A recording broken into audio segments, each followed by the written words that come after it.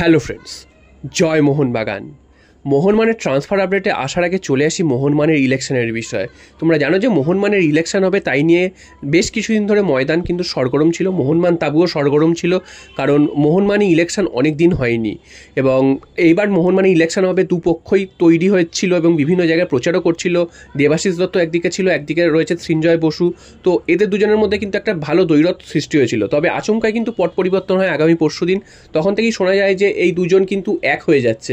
তো বুঝতেই পারছো এত মানে নাটক করার কি দরকার ছিল, কিছু বোঝা গেল না। তবে এখন তারা এক হয়ে যাচ্ছে এবং শোনা যাচ্ছে যে তারা একসাথেই কিন্তু নির্বাচন লড়বে। তারা যে নির্বাচন হবে না এটা কিন্তু একবারও কোথাও বলছে না, শোনা যাচ্ছে তারা একসাথে নির্বাচন লড়বে। তো বোঝাই যাচ্ছে যে এটা আগে থেকেই গট আপ একটা ছিল, যে আগে থেকেই সব ঠিক করা ছিল, মানে শুধু শুধু সমর্থকদের সামনে এইসব করে দেখালো, এটাই কিন্তু হচ্ছে ব্যাপার।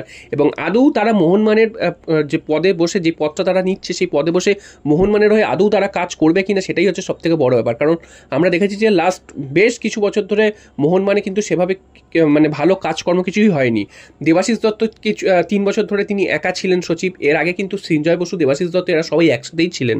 তো নতুন কিছু নয়, তো তারা কি করেছে তা আমরা কিন্তু সবাই দেখতে পাচ্ছি মোহনবাগান ক্লাবের জন্য। এবং যে বিভিন্ন যে ইস্যুগুলো রয়েছে সেই ইস্যুগুলো কিন্তু একটাও কিন্তু সলভ হয়নি। সব থেকে বড় ইস্যু এই মুহূর্তে যেটা দাঁড়িয়ে আমরা দেখতে পাচ্ছি, মোহনবাগান ক্লাবের ট্রফি রাখা। ট্রফি কেন মোহনবাগান ক্লাবে থাকছে না এটা নিয়ে কিন্তু কেউ সদুত্তর দিতে পারছে না। এছাড়াও মোহনবাগান মাঠ কিন্তু যখন তখন আর্মিরা নিয়ে নেয়, সেখানেও কিন্তু তারা কোনো ব্যবস্থা করতে পারেনি। মোহনবাগান প্র্যাকটিস করতে পারছে না নিজেদের মাঠে, এইগুলোরও কিন্তু কোনো ব্যবস্থা করতে পারেনি। এছাড়া মোহনবাগান ক্লাবের ভেতরে ক্লাব তাবুটা ভালোভাবে সাজালো, বাকি জায়গাগুলো কিন্তু তারা ভালোভাবে সাজায়নি। এইগুলো কিন্তু অনেক বড় বড় প্রবলেম রয়েছে, যে প্রবলেমগুলো কিন্তু তারা সলভ করেনি।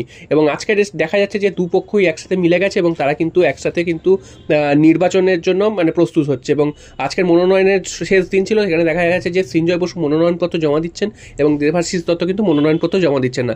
যা বোঝা যাচ্ছে সৃঞ্জয় বসু কিন্তু সচিব হবে এবং প্রেসিডেন্ট হবে এবং দেবাশিস দত্ত কিন্তু প্রেসিডেন্ট হচ্ছেন না, এরকমটা কিন্তু একটা আন্দাজ করা যাচ্ছে। তো দেখা যাক শেষ পর্যন্ত কি হয়। এবং নাটক তো রোজ রোজই নতুন নতুন হয়, তো এই নাটক কোথায় গিয়ে শেষ হয় এটাই কিন্তু দেখার। এরপর চলে আসি মোহনবাগানের ট্রান্সফারের বিষয়। তো মোহনবাগানের ট্রান্সফারের বিষয় আসলেই কিন্তু এই মুহূর্তে যে 3টে নাম উঠে এসেছিল, সেই 3টে নামের মধ্যে 2টো নাম কিন্তু এখন একটু পিছনের সারিতে রয়েছে। এই মুহূর্তে যে নামটা সব থেকে বেশি আলোচিত হচ্ছে সেটা হচ্ছে অভিষেক সিং।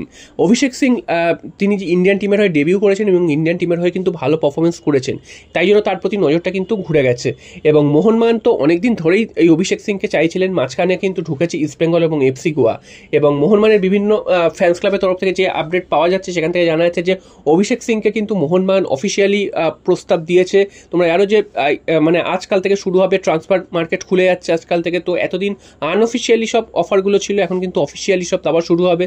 তো সেদিক থেকে দেখতে গেলে মোহনবাগান কিন্তু অভিষেক সিংকে অফিসিয়ালি অফার পাঠিয়েছে এবং পাঞ্জাব এফসির সাথে তার 1 বছরের কন্ট্রাক্ট রয়েছে। তো দেখা যাক অভিষেক সিং তিনি কি ডিসিশন নেন। অভিষেক সিং এর নিজের ইচ্ছা রয়েছে মোহনবাগানে আসার, তবে পাঞ্জাব এফসি তাকে যদি না ছাড়ে সেক্ষেত্রে তো তিনি আসতে পারবেন না। এবং পাঞ্জাব এফসিও কিন্তু একটা ট্রান্সফার ফি চাইছে এবং মোহনবাগানও কিন্তু মোহনবাগান কিন্তু অন্যান্য বার আমরা দেখেছি যে পরিমাণ ট্রান্সফার ফি দিয়ে অন্যান্য প্লেয়ারকে তুলে আনে, সেটা কিন্তু এবছর মোহনবাগান করতে চাইছে না। তারা কিন্তু অতিরিক্ত পরিমাণে ট্রান্সফার ফি দিয়ে কোনো প্লেয়ারকেই তুলে আনতে চাইছে না। প্রয়োজনে তারা নেগোসিয়েশন করবে বা অনেক দিন ধরে কথাবার্তা বলছে, এগুলো হচ্ছে, তবে কোনো প্লেয়ারকে কিন্তু অতিরিক্ত ট্রান্সফার ফি দিয়ে এবছর তুলছে না। তো অভিষেক সিংকে তারা মোহনবাগান পাবে কি পাবে না সেটা কিন্তু সময় বলবে। তবে এই মুহূর্তে ইস্টবেঙ্গলও রয়েছে এবং কিছু কিছু জায়গা থেকে জানা যাচ্ছে যে ইস্টবেঙ্গল কিন্তু রেসে অনেকটা এগিয়ে গেছিল, কারণ মোহনবাগান এই সময় মেহতাবের দিকে বেশি ফোকাস ছিল। তো সেই কারণে কিন্তু সেই সুযোগটা ইস্টবেঙ্গল নিয়েছে এবং ইস্টবেঙ্গল কিন্তু অভিষেক সিংকে নেওয়ার ব্যাপারে অনেকটা এগিয়ে গেছে। তবে মোহনবাগান কিন্তু আবার রেসে ফিরে এসছে এবং তা মানে আবার কথাবার্তা শুরু হয়েছে এবং মোহনবাগান কিন্তু যে প্লেয়ারকে টার্গেট করে সেই প্লেয়ারকে নিয়েই ছাড়ে। আমরা আপুইয়ার ক্ষেত্রেও দেখেছিলাম যে একেবারে ইস্টবেঙ্গলে সই হয়ে গেছে, ইস্টবেঙ্গলে চলে গেছেন, এরকম কিন্তু অনেক জায়গা থেকে খবর পাওয়া গেছিল।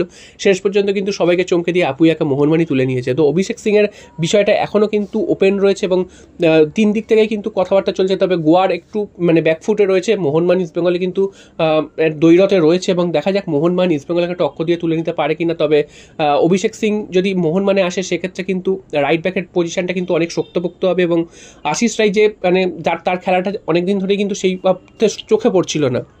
তো তার ব্যাকআপ হিসেবে অভিষেক সিং যদি আসে, হয়তো আশিস রায়কে আমরা দেখতে পারি যে বেঞ্চেই বসে থাকতে হতে পারে। তো অভিষেক সিং সেই রকমই একজন প্লেয়ার এবং ভারতীয় জাতীয় দলের হয়েও তিনি খেলেছেন, নজর কেটেছেন। দেখা যাক মোহনবাগানে যদি আসেন তিনি কতটা ভালো পারফরমেন্স করতে পারেন। আমরা আশা করবো যে মোহনবাগানে তিনি আসবেন এবং যেভাবেই হোক মোহনবাগান যদি এই